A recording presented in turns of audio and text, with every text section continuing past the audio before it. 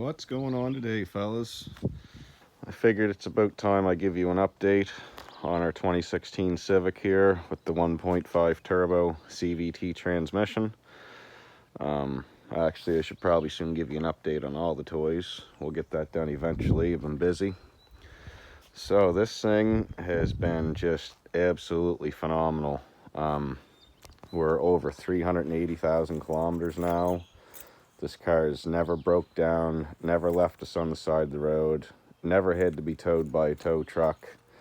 Literally the only mechanical drivability issue this car gave us was with the turbo solenoid wire that failed.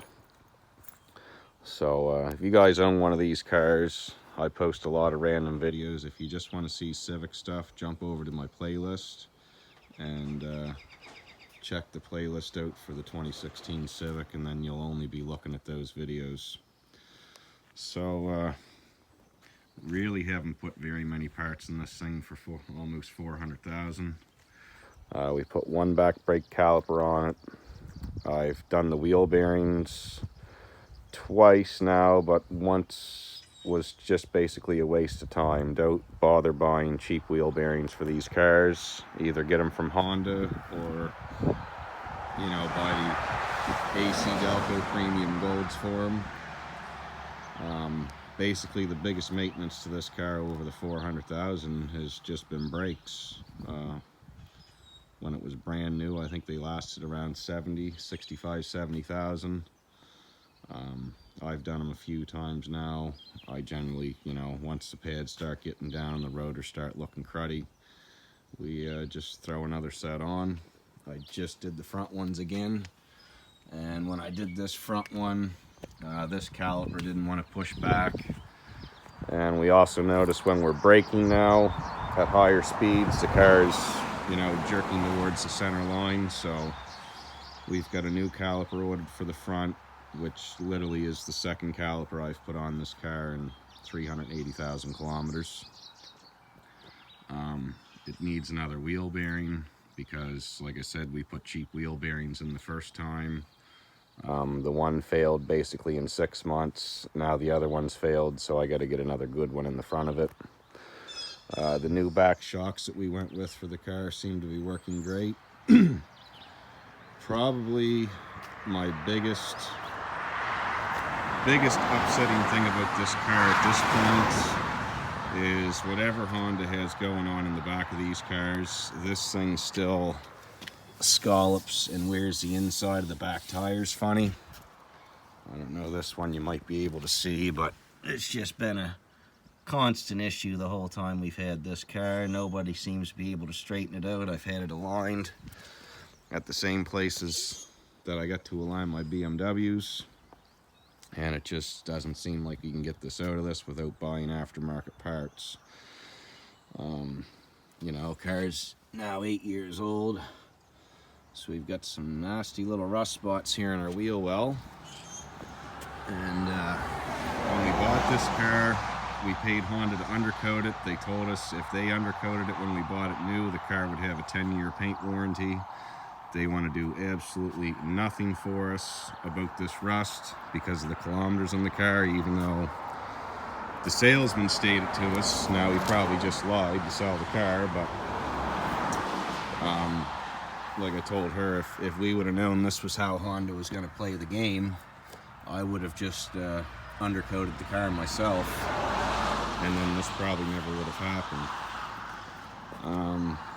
Another little thing here, our tail lights are getting little weather cracks into them, sort of going funny, which was another big thing they told us when they sold us this car, that the new Hondas have this special kind of plastic in the headlight and tail light lenses that they don't really fade and get old and cruddy looking.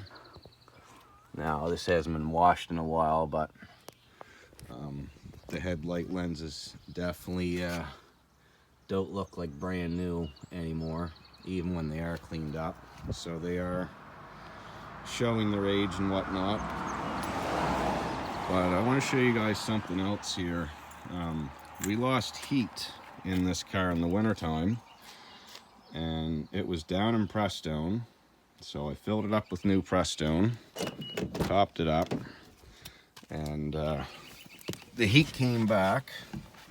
I visually cannot see anything leaking out of this car anywhere. There's no drips on the ground, and it hasn't gone down in Prestone in months. Like, I literally topped this car up twice when it went down. First time, I assume there was still a little bit of air in the system when I did it, so but to say the least, the Prestone is probably going somewhere. Now we've got new spark plugs ordered with the bearing and the caliper that I'm going to do. So when I get the spark plugs out, maybe if there's some crud stuck to one of them, maybe that'll indicate where the Prestone's going. But at this point, I do not know, and it doesn't seem to be causing any issues. But it is almost due for spark plugs again, and an air filter, and the regular service maintenance, a transmission fluid change. So next time it goes in the shop, I'm going to be doing all this stuff.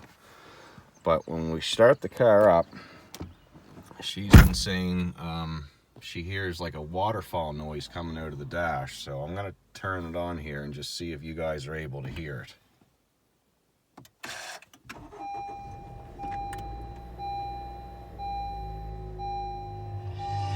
Whoop.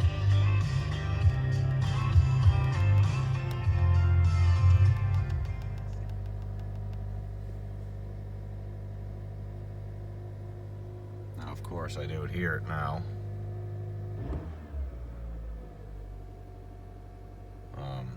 But yeah, let's have a look here just to show you guys.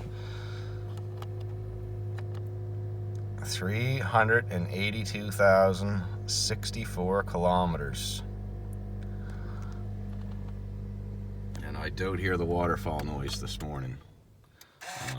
But basically it sounds like water running in the central dash area, which there clearly is no Prestone on the floors or anything in the car, so I don't think it's leaking, but I'm not really sure what's causing the sound. If maybe the thermostat might be stuck open a little bit, something silly like that. If anybody wants to chime in if they've had this issue and dealt with it, by all means, I'd like to know. But I'll try it one more time here.